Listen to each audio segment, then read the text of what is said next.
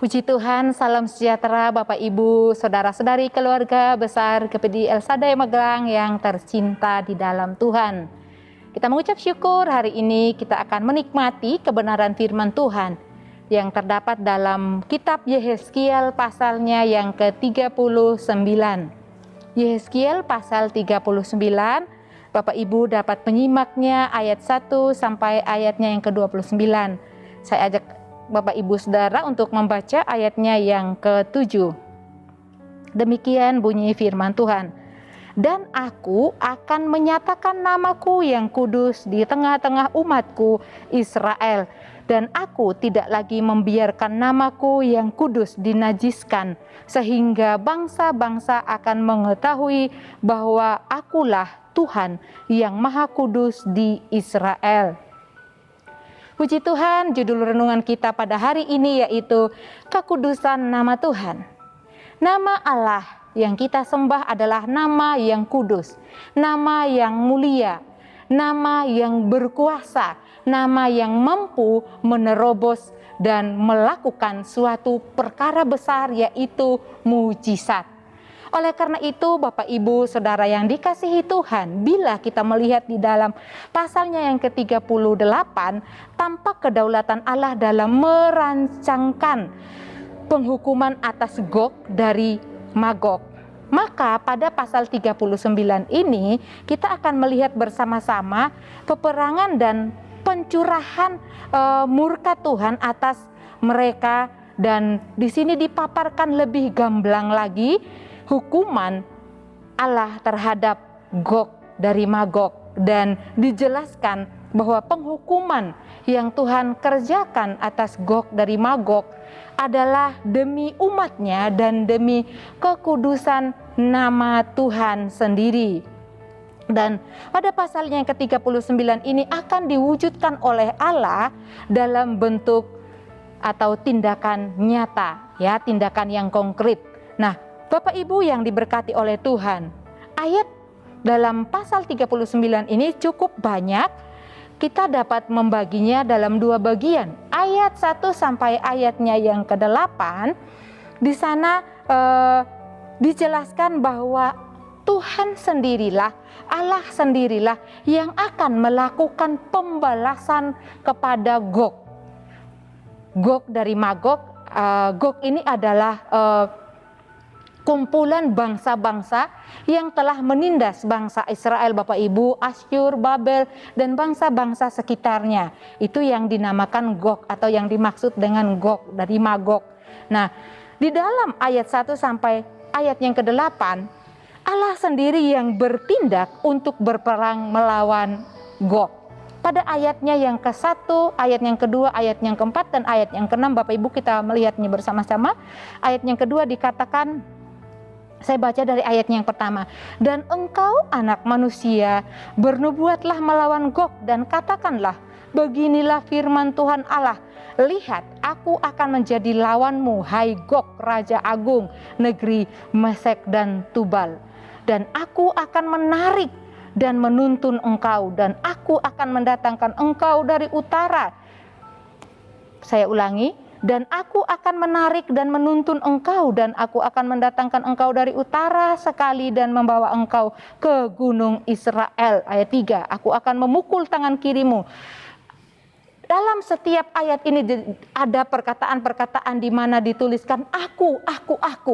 Artinya Tuhan sendiri dengan kekuatannya yang dahsyat, dengan tangannya yang perkasa, yang akan melawan bangsa Gog. Nah, Bapak Ibu yang dikasihi Tuhan, Raja Gog yang agung, negeri Mesek dan Tubal, menjadi lawan Allah. Kenapa? Karena mereka telah menajiskan kekudusan Allah di Yerusalem. Mereka membakar bait Allah. Mereka mengambil seluruh perkakas-perkakas yang ada di rumah Allah. Dan seluruh perisian yang ada di bait Allah, yaitu emas, perak, tembaga, semua dikerat habis-habisan dan dibawa ke negeri mereka, baik Asyur maupun Babel.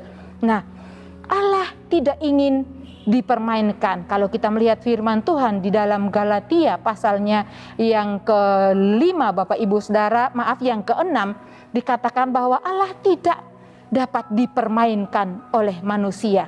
Oleh karena itu Allah sendiri bertindak untuk membela umatnya dan menegakkan kekudusan namanya di Israel.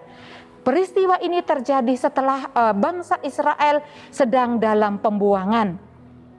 Di dalam ayatnya yang keempat, firman Tuhan menjelaskan bahwa Ia akan menyerahkan mereka dimakan oleh binatang-binatang buas. Bapak Ibu, ini suatu kengerian dan itu suatu penghinaan bagi bangsa-bangsa yang telah berlaku keji terhadap umat Tuhan dan terhadap orang-orang yang telah menajiskan nama Tuhan yang kudus di Yerusalem. Dan pada ayatnya yang ke-6 Allah berkata, aku akan mengirimkan membakar mereka dengan api yang menyala. Oh, luar biasa Bapak Ibu Saudara, penghukuman yang akan dijatuhkan kepada Gog. Dan raja-raja Gog akan tertimpa oleh murka Tuhan ini.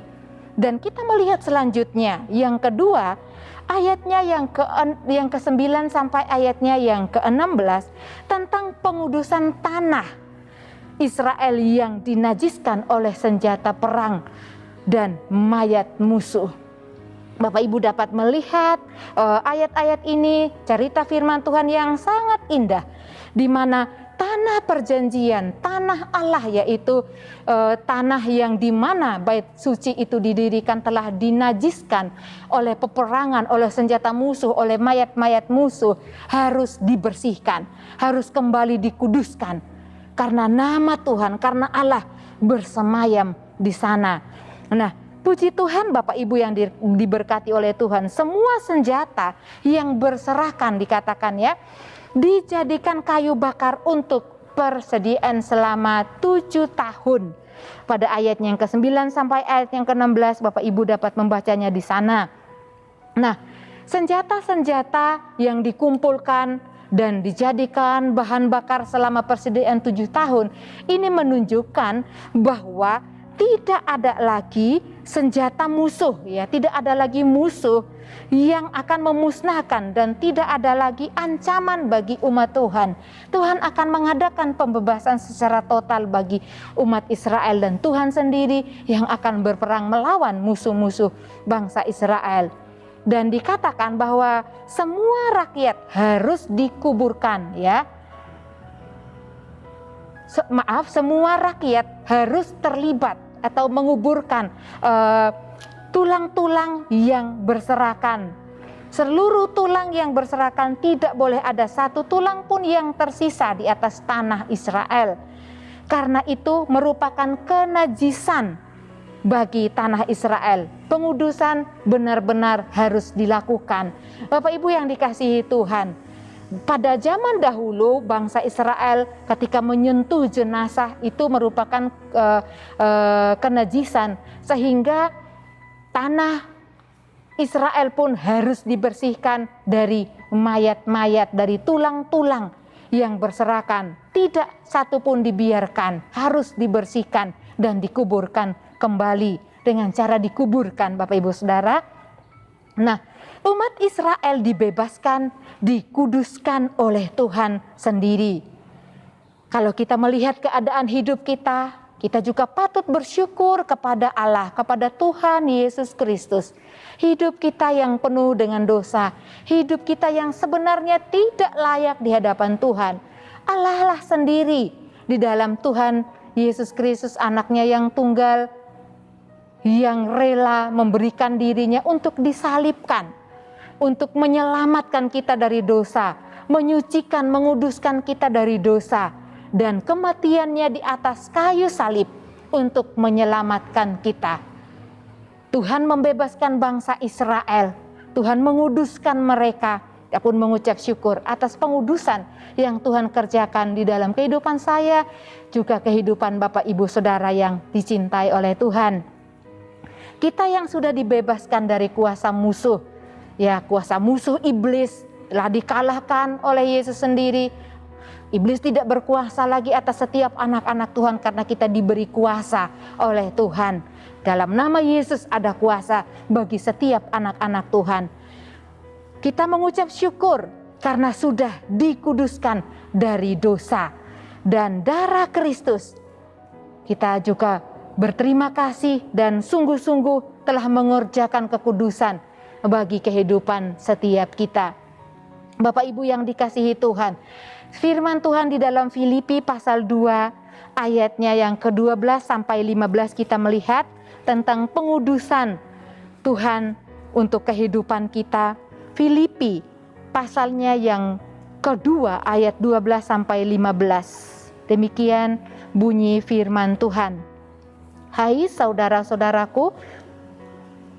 saudara-saudaraku yang kekasih, kamu senantiasa taat, karena itu tetaplah kerjakan keselamatanmu dengan takut dan gentar, bukan saja seperti waktu aku masih hadir, tetapi terlebih pula sekarang waktu aku tidak hadir. Karena Allah lah yang mengerjakan di dalam kamu, baik kemauan maupun pekerjaan menurut kerelaannya. Lakukanlah segala sesuatu dengan tidak bersungut-sungut dan berbantah-bantahan, supaya kamu tiada beraib dan tidak bernoda sebagai anak-anak Allah yang tidak bercela di tengah-tengah angkatan yang bengkok hatinya dan yang sesat ini, sehingga kamu bercahaya di antara mereka seperti bintang-bintang di dunia. Puji Tuhan, apabila kita taat dan mengerjakan keselamatan kita dengan takut dan gentar di hadapan Tuhan, dikatakan Bapak Ibu Saudara, saya, Bapak Ibu Saudara sekalian, kamu bercahaya seperti bintang-bintang di antara mereka, seperti bintang-bintang di dunia ini. Luar biasa janji kebenaran firman Tuhan bahwa kita akan bercahaya oleh karena kemuliaan Tuhan Yesus Kristus yang ada di dalam kehidupan kita. Oleh karena itu kita bersyukur buat kasih Tuhan yang Tuhan kerjakan dalam kehidupan kita, dan mari kita menjadi terang, menjadi berkat, menjadi saksi Tuhan, karena kita adalah cahaya Kristus, bintang-bintang di dunia ini yang akan menyatakan kasih dan kemurahan Tuhan, sehingga banyak orang tahu bahwa ada pengampunan, pengudusan, dan keselamatan di dalam Tuhan Yesus Kristus. Tuhan Yesus memberkati kita semua. Mari kita bersama-sama di dalam doa. Bapa yang kami muliakan, yang kami sembah, di dalam nama Tuhan Yesus Kristus, kami mengucap syukur buat kebenaran firman-Mu pada hari ini. Engkau Allah yang berperang, membela umat-Mu dan menguduskan mereka dan membela kekudusan nama-Mu. Kami mengucap syukur bahwa kami memiliki Allah yang kudus, Allah yang maha kuasa, Allah yang sanggup melakukan mujizat dan perkara besar di dalam kehidupan kami anak-anak-Mu. Kami pun terus mengucap syukur buat pengudusan melalui darah Yesus atas kehidupan kami, atas dosa-dosa kami selama kami hidup di dunia ini. Tuhan, terima kasih buat kemuliaan-Mu dalam kehidupan kami. Kehadiran-Mu membuat kami senantiasa bangga kepadamu Tuhan Yesus.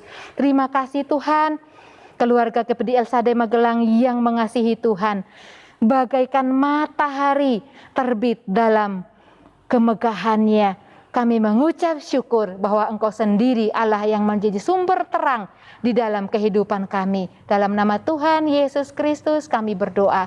Haleluya. Amin.